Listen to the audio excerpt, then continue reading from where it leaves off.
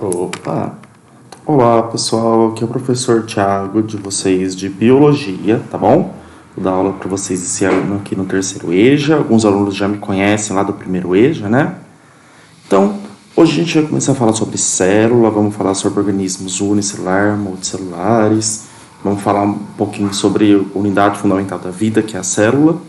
E como que vai ser as aulas à distância? Vai ser assim, ó, uma semana tem uma videoaula, outra semana tem um exercício. Uma semana tem uma videoaula, outra semana tem um exercício. E não deixem de assistir as aulas que tem oficiais transmitidas lá por São Paulo, no aplicativo Centro de Mídias ou no próprio YouTube, tá bom? Porque as aulas lá são bem importantes para o pessoal do EJA, tá? Então não deixem de assistir. Para começar, pessoal, para as aulas de biologia, eu vou pedir para vocês separarem um caderno, porque vocês vão anotar bastante coisa que eu vou passando aqui, tá bom? Então, pessoal, vocês vão ver que a aula parece uma lousinha, porque é bem isso, tá bom? E o tema de hoje, então, é célula, a unidade fundamental da vida. Então, pessoal, vamos tentar entender como que criou aí essa ideia de célula, tá? Em 1839, tem quase 200 anos aí, surgiram alguns cientistas que fizeram uma afirmação. Todos os seres vivos são formados por células. Isso surgiu há mais ou menos 200 anos atrás. Naquele momento, começou a se desenhar o que a gente conheceu como teoria celular. O que a teoria celular afirma pra gente? Algumas coisinhas, tá? Primeiro, ela considera que as células são as estruturas que formam os seres vivos. Depois, ele informa que o funcionamento do corpo depende do funcionamento das células e que todas as células se originam de uma outra que já existe. E aqui eu trouxe uma imagem para vocês, ó. É do organismo unicelular bem simplesinho. É uma ameba, né? Então, esses organismos são formados por uma única célula. Gente, essas ideias só surgiram lá em 1839. Antes não tinha ideia que seres vivos eram feitos por células. Então, é algo bem moderno. Hoje em dia, todo mundo já sabe, né? Bem óbvio. Mas lá, no passado, a gente não sabia. Beleza? Então, pessoal, quais são os primeiros seres vivos? São os organismos que a gente chama de unicelulares. São aqueles que possuem seu corpo formado por apenas uma célula, né? A razão da qual que esses seres vivos são bem simples, já que são só uma célula, então acredita que sejam os primeiros seres vivos a surgir no planeta Terra, tá? Os seres unicelulares são autossuficientes e conseguem manter todas as suas atividades como locomoção, a alimentação sem precisar de uma outra célula. Então eu vou voltar aqui nessa imagem aqui da ameba. Ela cria esses pezinhos falsos aí para se alimentar e para se locomover, né? Então olha que coisa lá.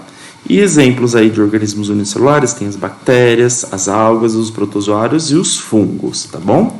Então aqui eu tenho um monte de imagem, por exemplo, de um monte de tipo de bactéria. Todos são unicelulares. São bem simples, formados por uma única célula. Vamos lá para a próxima parte? Se quiser pausar para copiar. Então, pessoal, se a gente for pensar lá na reprodução dos seres vivos unicelulares, a maioria das vezes é assexuada, né? Então, a célula lá está lá, se divide em duas, pronto, reproduziu. E daí, os exemplos de organismos unicelulares são as bactérias, os protozoários, algumas espécies de algas e algumas espécies de fungos. Belezinha? Então, esses seres são bem simples, formados por uma única célula, e essa célula tem que assumir todas as funções daquele organismo, tá? Reproduzir, se alimentar, se locomover. Então, olha, por exemplo, essa bactéria, ó. Ela tem o que parece uns rabinhos aí, né? Uns filamentos, e só ajuda a bactéria a se locomover. Isso é um pedaço da célula, não é que são células a mais, tá bom? E daí, se eu for evoluindo, se eu for passando o tempo, eu chego nos seres multicelulares, né? Então, com o passar do tempo, todos os seres vivos foram se tornando mais complexos. Há cerca de 1 bilhão de anos atrás, alguns micro-organismos formaram o que a gente chama de agregado de célula, juntou um monte de célula, e eles começaram a funcionar em conjunto, o que deu origem aos seres multicelulares. Os organismos multicelulares também podem ser chamados de pluricelulares. Apresentam uma grande quantidade de células. E as células desse corpo são mais complexas e atuam de maneira conjunta para garantir a sobrevivência de um ser.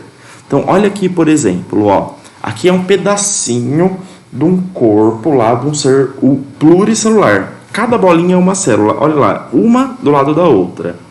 Então, nos seres multicelulares, as células são organizadas em tecidos, que formam os órgãos, que formam o sistema e, por fim, formam o corpo da espécie. Então, cada célula tem uma função aí. Então, olha a diferença. Lá todas faziam o mesmo no unicelular e no pluricelular, cada célula tem uma função. Então, olha aqui, por exemplo, ó, a célula muscular está organizada dentro do tecido muscular, que está lá dentro da bexiga, que forma o sistema lá urinário, que vai formar o corpo aí. A divisão de tarefas para cada célula permitiu que o ser vivo aumentasse sua complexidade, pois agora cada célula tinha uma sua função. Então, exemplo, as células do intestino só servem para absorver alimento, absorver nutriente. A célula do intestino não vai servir para transmitir pensamento. Já a célula do músculo serve para o movimento. A gente não consegue absorver ar pelo músculo, pela pele. Ela serve para se movimentar. E a célula nervosa lá do cérebro serve para transmitir impulsos, né? E daí, pessoal, quando a gente fala, vai aprofundando nesse tema de célula, tem um desenho básico que são as partes da célula, né? Então, sempre que a gente fala de célula, a gente pensa na sua estrutura básica, sempre formada por 3 partes, que é a membrana, o citoplasma e o núcleo. É aquele desenho que parece um ovo frito, né? Esse desenho eu vou pedir para vocês transcreverem para o caderno, porque ele vai ser bem importante, tá bom? E essas são as partes da célula.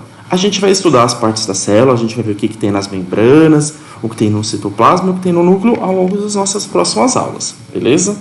Então, pessoal, como eu combinei, é uma aula videoaula, outra aula exercício. Então, a próxima aula que a gente acaba se encontrando vai ser uma aula de exercícios. Gente, muito obrigado por assistir. Eu espero que vocês consigam acompanhar as aulas e eu espero vocês aí. Qualquer dúvida, eu tô lá no WhatsApp para tirar. Até mais, pessoal.